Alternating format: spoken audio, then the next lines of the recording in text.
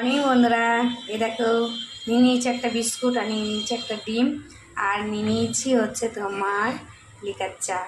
এই দেখো দেখাতে গেলে পড়ে যাবে আর কি কাট করে।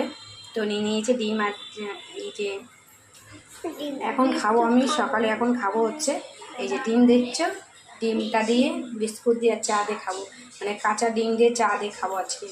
দেখবো যে কেমন লাগে, অনেকে দেখেছে একজনের খেতে, তো আমি ভাবছি যে কি আমি খেতে পারি কিনা।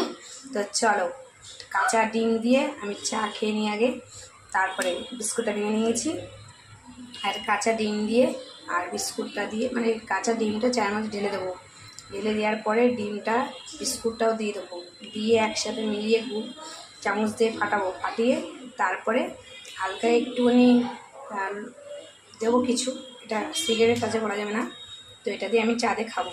তো আজকে আমার টিফিন হচ্ছে কাঁচা ডিম।